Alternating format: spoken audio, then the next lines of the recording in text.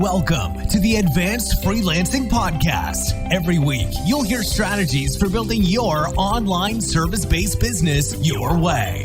And now, here's your host, veteran freelancer, author, and TEDx speaker, Laura Briggs. Hello, everyone. Welcome back to another episode of the Advanced Freelancing Podcast. And if you've been in my world for a little while, you know how much I love to talk about mindset, even though I used to hate it and think it wasn't even real.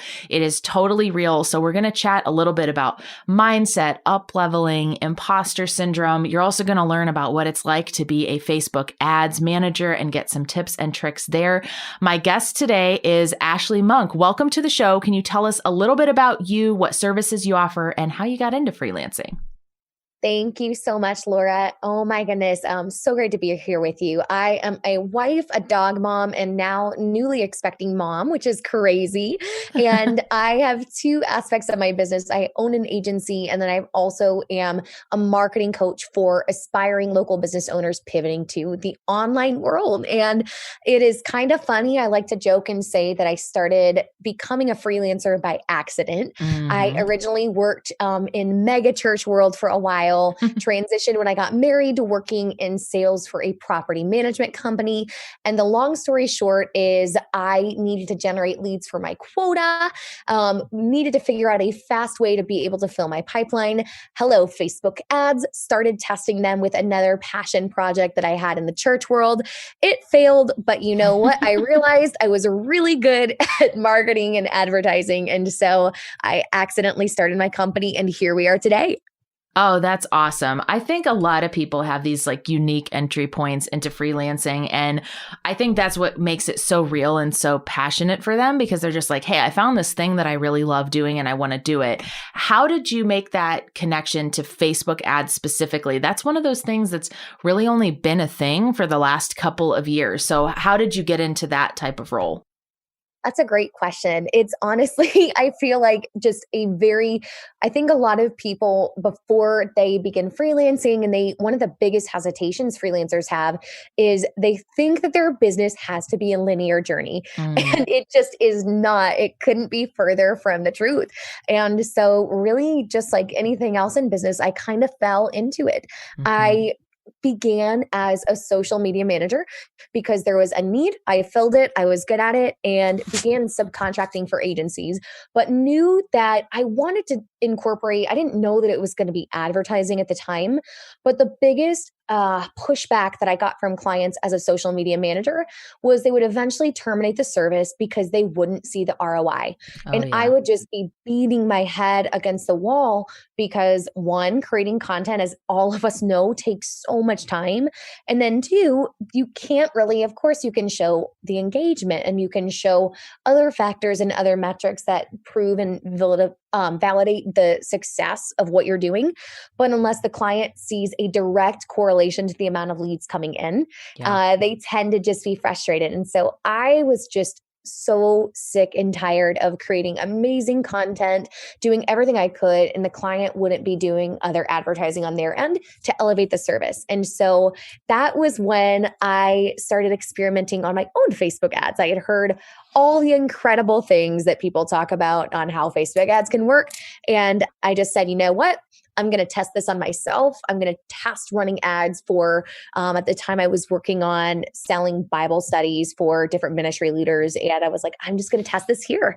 And so in doing that, I realized, oh my goodness, I'm actually really good at this. And so I invested in several different courses, leveled up that service, and sure enough, learned by doing and executing, even though it was terrifying, and loved just the results that I was able to get for clients, and then just able to deliver a service that really shows growth in a short, accelerated period of time. And so that's kind of the evolution of how I got to where I am today. And that makes a lot of sense, because Facebook ads are definitely complicated, but there's also an aspect of it that is very it's easier to see that ROI, right? Like I put in $100, I spent it on this. You can see at least some of the metrics, even if those things didn't end in a conversion. You can see how many people, were impacted by it or clicked on something or did take that conversion action. And I think with some of those things that companies should still be doing, like social media management or blog posting, it just takes a while, right? And I feel like clients are getting more and more impatient about like, when do I see my ROI? And it's like, well, a lot of these things, it is a long game. And so I love that you kind of had that awareness of your environment of like, how am I going to continue to be successful and not have clients who are canceling too soon before we're really going to start to see that ROI or that impact in their business. I think that's really smart. What role do you think that mindset has played in your journey kind of from the beginning to now? I love this subject, Laura. And like you, I just would always think, oh my goodness, I don't need mindset. That's kind of crunchy. I don't know. Mindset is getting into the woo, right? And that always terrified me, even coming up with that subject. But when I look at my business growth over the last year and over the last couple of years, when I went I hit a ceiling of about 4K months. And then this was bringing on a team as well. So there was no excuse for me to bring on 1 to 2 people. I'm at the ceiling of 4K and I just continue to be stuck there. And all of a sudden, the next month I was at 13K, then 20K, and then 20K again. And I look back, and when I was looking at my numbers and looking at everything that led and trying to evaluate where did this growth come from, it was the only thing that changed was my mindset. That's it. I hadn't taken a new course. I hadn't invested in anything. I did get better at delegating, but that delegating and having that team come on came from mindset. And really, Laura, the biggest piece that was there was realizing that my worth doesn't come from the hours that I put toward tasks. My worth, and I should be compensated based on the value that I provide as a business owner and as a strategist.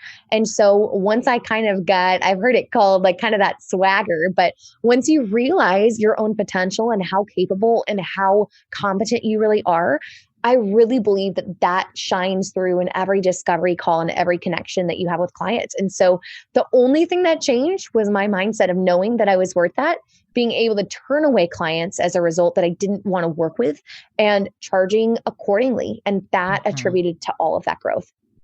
I love that, because a lot of times when I coach freelancers who are on the verge of growing to that really big point or scaling to 6 figures, they want help on the strategy, right? They're like, okay, well, obviously I'm not marketing enough, or I'm not converting the right type of clients, or the work product I'm delivering isn't good enough. And 9 times out of 10, it's not the strategy. Because if you already have a business that is working, i.e. you are contacting and converting clients on a regular basis, it's mostly not your strategy that's off. Like there can be some things you can change with your packages and your pricing and your schedule and all of that, but it's usually the mindset. And I was the same way. It was over a year. I just kept hitting the same number every single month, like regardless of how much work I did. I could work 60 hours a week and get the same number the next month. I do 30 hours a week. And I'm just like, no matter what I do, I am never crossing this number. And it was only when I started to do some of the mindset work. Now, most people hear mindset work and go, oh, they're going to tell me I have to meditate. I'm going to need to sit still.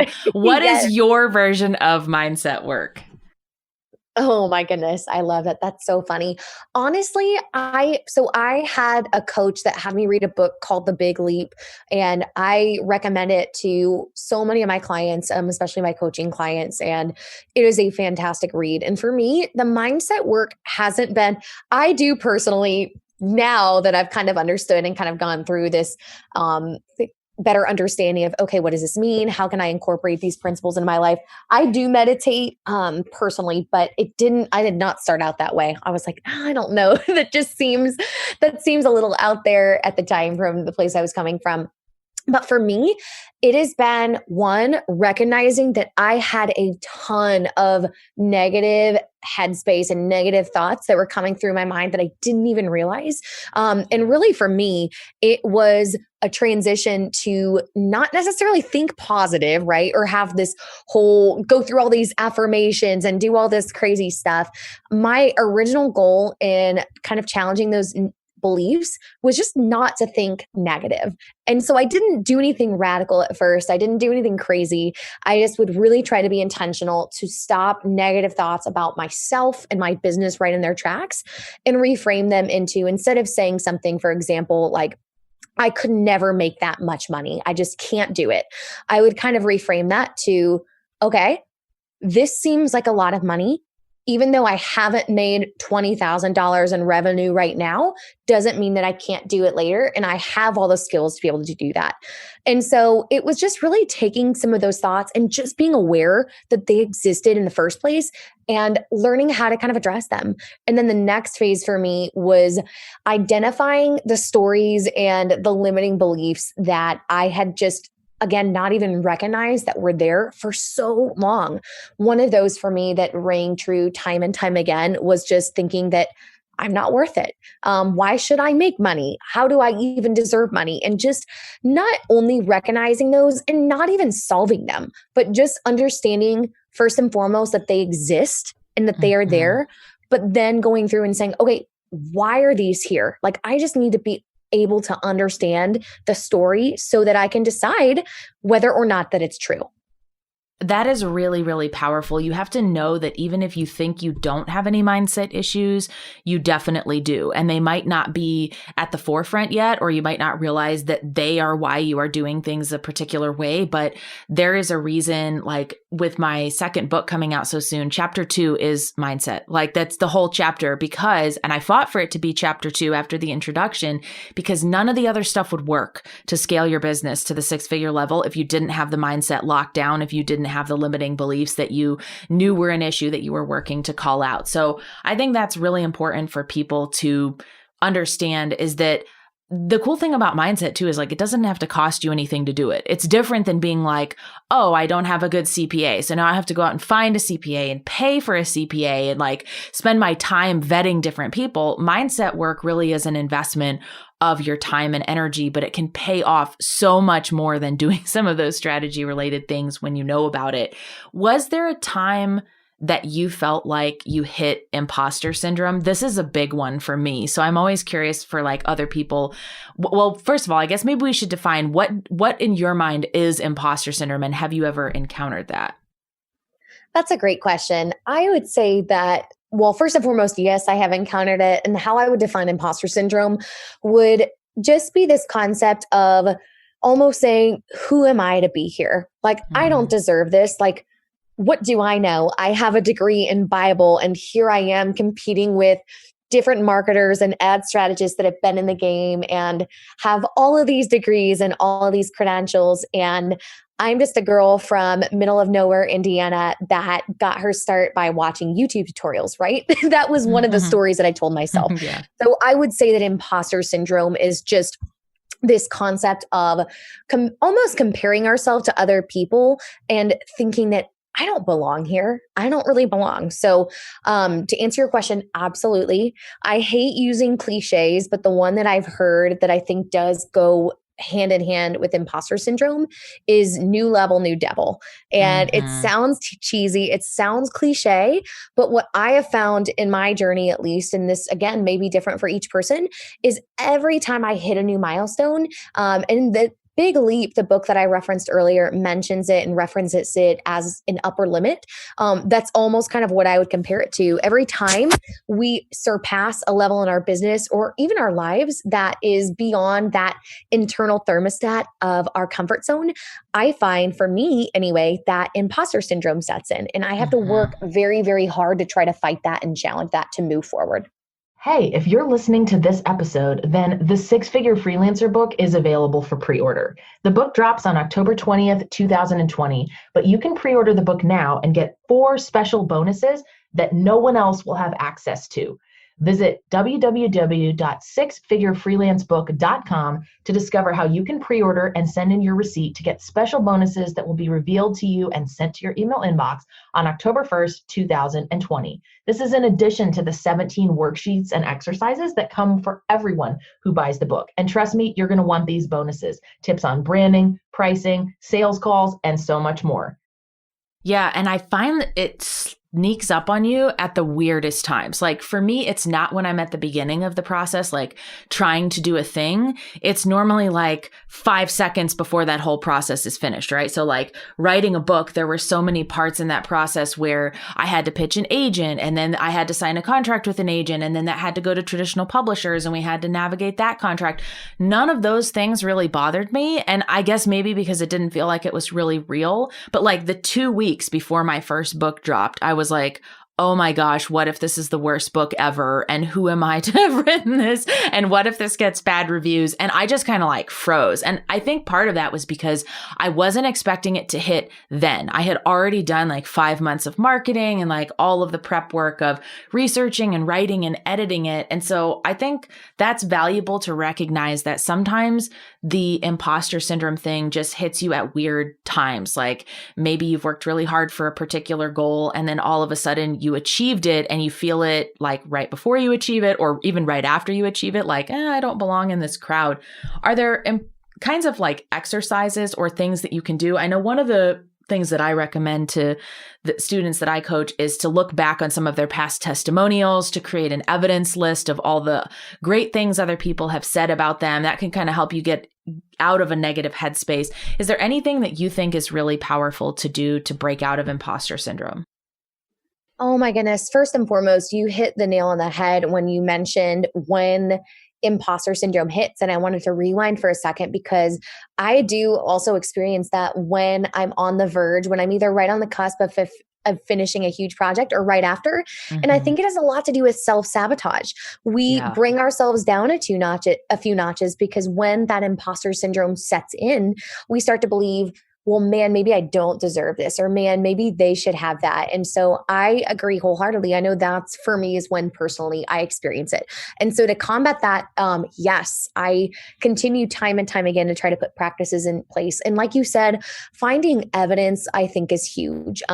I love and am a huge proponent of therapy. I love therapy. I think everybody should work with a therapist or a coach in some capacity, especially if they grow. But that is just my personal opinion. But and I know a lot of people that teach this model, and it's a pyramid based on cognitive behavioral therapy that talks about our beliefs shape our thoughts, and those thoughts shape our emotions, and those emotions determine our actions. And so for me, when it comes down to combating imposter syndrome, it begins with my beliefs. Who do I believe that I am, and what do I believe that I'm capable of? And so anytime, and it doesn't always happen.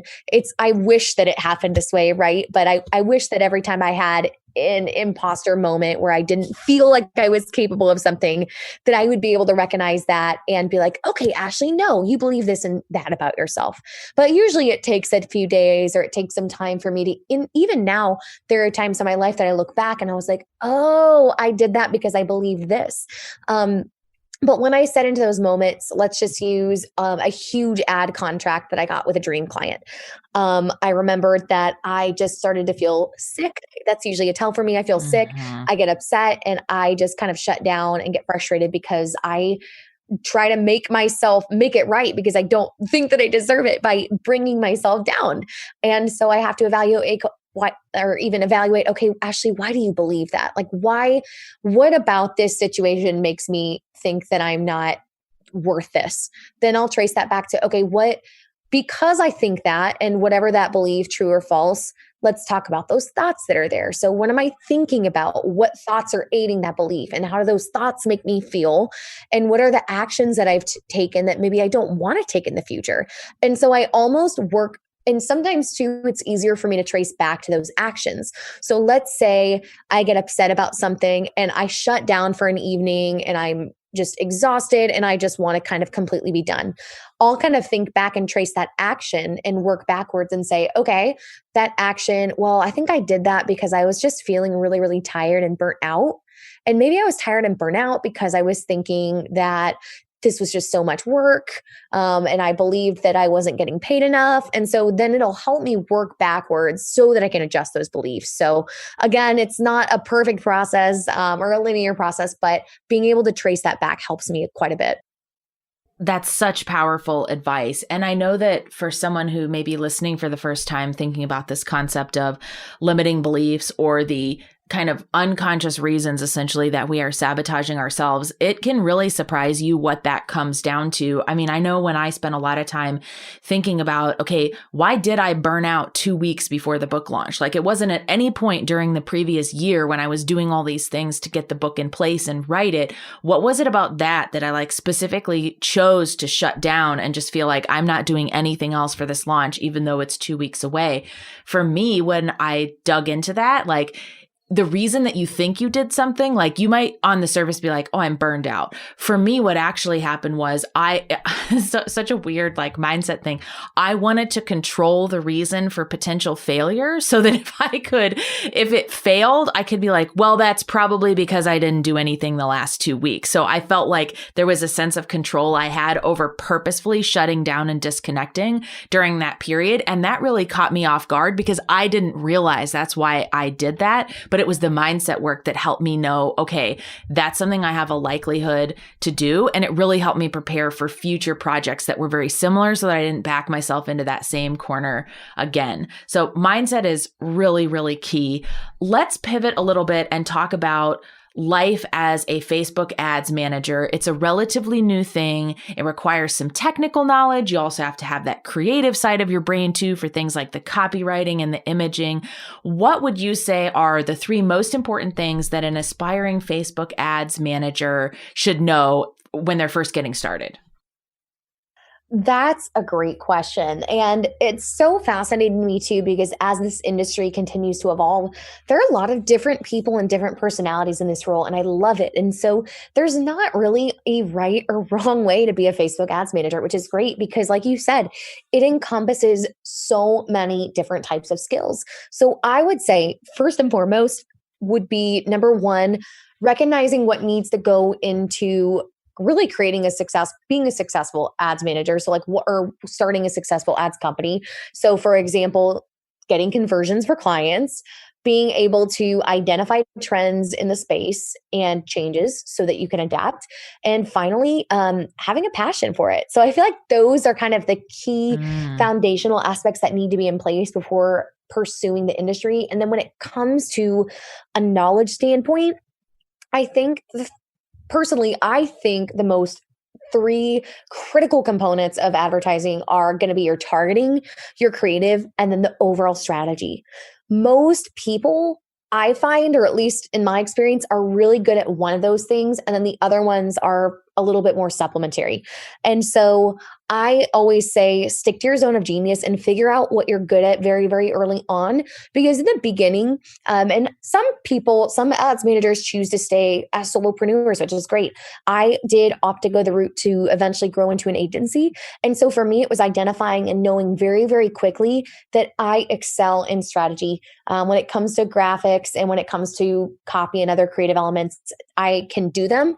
And it's not my forte. And then what I really hate is going and optimizing and making changes and actually implementing things when it comes to targeting and then just adjusting ad sets. And so again, even though I did it from the beginning, one thing that I think is really important for aspiring ads managers or somebody going into that niche to be able to recognize what they're good at and then how can they either A, tailor that service as a freelancer around their strengths, or B, kind of bring on other people if they do want to go the route to grow to fulfill the areas that they're weak on. So for instance, if I were to let's say I want to scale my service as an ads manager and I don't want to work with a team. Totally okay.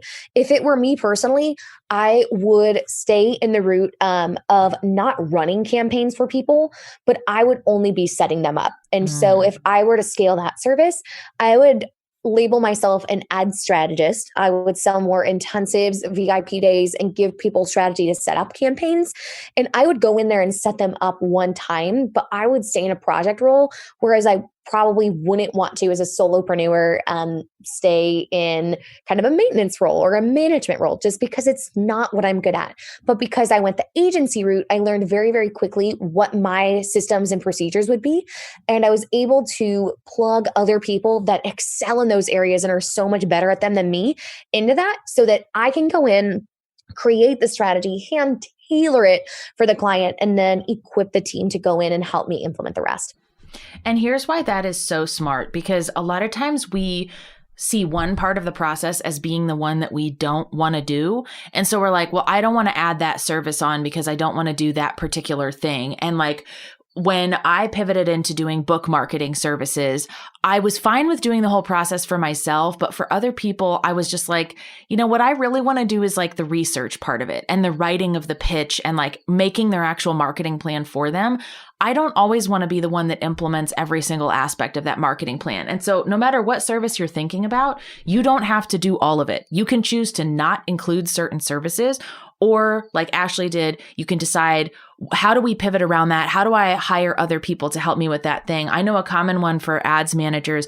My least favorite thing about running Facebook ads is reporting. Like, I just find it very irritating. And it's not that Facebook makes it hard, but like wholeheartedly, 100%. It's just not fun, right? Like, we have to do it. We have to give our clients a sense of what's going on. But when I go in and I look at Facebook ads, it's just like, I would rather be doing the copy and figuring out what the strategy is and what is the audience going to be and like, how am I going to work the budget to the best of its ability? But there's always going to be something about your process that you don't love. And so think about what parts of it do you really want to and need to own? I think that's a great sort of concept to end on. So I have learned a ton from you, and I'm so glad you came on to talk about these topics because you did an awesome job covering it and giving great examples of how this happened in your life and your business.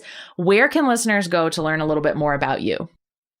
Oh, thank you so much, Laura. No, I'm so excited that we got to connect, and this has been such a fun conversation. Yeah, to get in touch, you can find me personally at ashleymonk.com. That's kind of where, if you want to get in touch, send me an email or submit a form. Would love to chat or answer any questions. And then if you are maybe interested more in learning about Facebook ads, all of that fun stuff to your business, I do have a link that I'll give you to drop in the show notes for a Facebook ad spend calculator. So if you're like, okay, where do I begin with Facebook ads, or how much money should I spend? I've got a ton of resources on our agency website. And so I will give you those links as well. All right. Awesome. I will be downloading that too. Thank you so much.